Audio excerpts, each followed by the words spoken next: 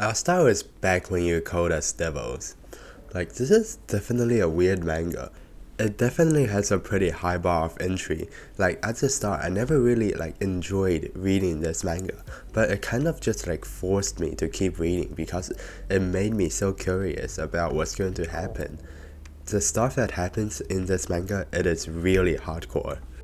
Like, the amount of cruel and downright inhumane stuff that Yusuke has committed on just middle school students, it's insane. And it gets you disgusted. And I just kept reading because I want to know what more stuff will he do without really enjoying the manga. But it all made sense towards the end. It's like the concept of this manga on how the crimes you've committed in the past will never be forgiven, and then the lives you've ruined will never heal. That bullying will stay permanent. And then the plot is also really good. It really keeps the suspense while making it really fast paced. And it's all about the devil we're hiding inside of us. There is no supernatural fictional superpowers, just humans being humans. And then it has two main arcs, with the first arc more like a backstory to the current main character Yusuke. I think this is the type of stories that you take something with at the end, and this manga definitely leaves you thinking and reminiscing. It left such a huge impact when I finished reading, it's kind of bizarre. And even though I really never enjoyed the process of reading this manga, I'm really glad that I came to an end and see what this manga is truly about and the author's vision all along. I don't think this manga will ever be mainstream. It is just too graphic and unconventional for the general public to enjoy it. But if you're fine with a manga making you kind of mentally uncomfortable reading, and just there to enjoy a good story, like the plot, then it is definitely for you. It does get a lot better on the second half in terms of violence and then graphical content, and I definitely enjoyed it much more compared to the start.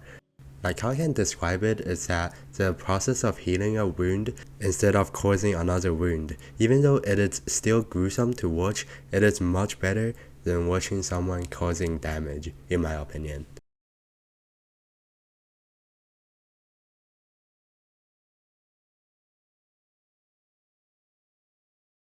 Orb, about the movements of Earth, is definitely one of the most unique mangas I've ever read. Not just the art style, but the story too.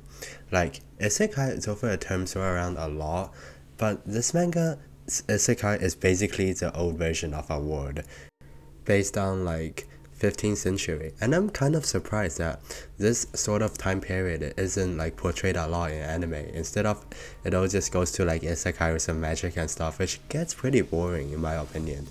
So this manga is definitely a breath of fresh air. And then I really like how this manga seems to have a very high bar of entry with the whole astronomy and stuff, but it really isn't, since it is basically common knowledge with the stuff we learn basically from primary, which makes it really interesting to read, as astronomy isn't really explored in Europe and you get this know everything type of thing like Europe at that time, and it's really not that common to see. And I think astronomy is really underrated.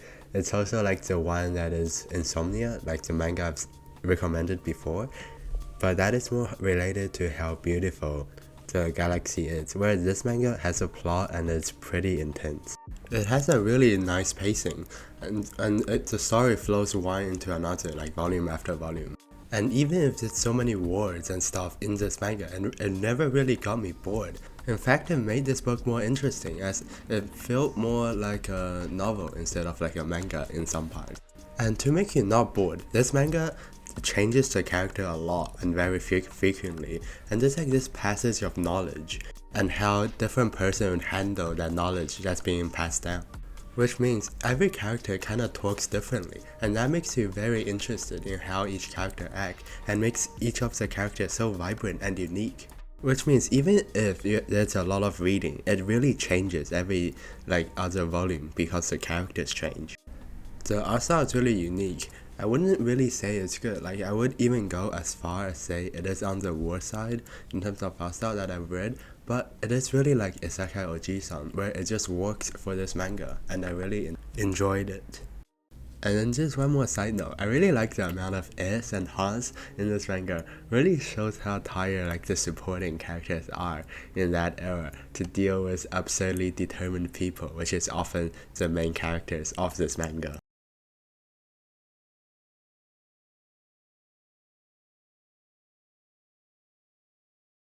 So, Trinity in Tempest. I think I'll start by how many like spin-offs this manga has. Like there's a lot of mangas like dairy and then the games as well, and all of them is backed up by the original author Fusei to make sure that it aligns with the real story, therefore making it official, which is a reason why the spin-off for this manga is so successful and have so many of them. Because unlike other manga authors, Fusei is willing to go that extra step and then basically see the project to see if they match the story, which I think is really cool. You can tell that he cares about the whole Reincarnated as a slime franchise, and it is definitely one of my favorites as well. And then back to this manga, what I really like is that it expands on this world that Rimuru built.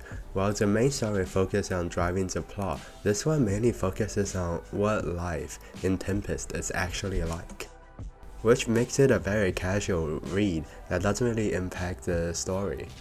So it's very good if you like finish your anime and you don't really want to read the manga or light novel, to still enjoy the characters and then the lifestyle of Tempest. Because the actual storyline's plot moves like really fast and intense, so the early part of the manga where it is almost like building a polished Minecraft world, and after it finished it kinda just got left there. But it makes a perfect setting for a slice of life manga, as the main story is like too busy to include this slice of life feel, which I really enjoy, as sometimes I really want just Rimuru to like chill with his citizens. As for the manga, there really isn't that much to talk about. It is really just a casual slice of life manga that really shows what daily life in Tempest is really like, and how the bond between both Nemu and Stella shape over the course of staying in Tempest is really interesting as well. It's like them forming a ever strong bond from doing activities that helps Tempest. And then another nice thing to know is that Trinity and Slime Diaries focuses on the early parts of the story, where the anime has already adapted, while Way of the Monster Nation is like they cover the later part of the story.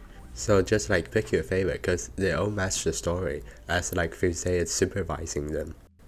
And then it is this very wholesome circle between those like mangas where the spin-off artists would congratulate each other with a special drawing after each volume. I just find that like so wholesome that they would keep like a relationship between each other.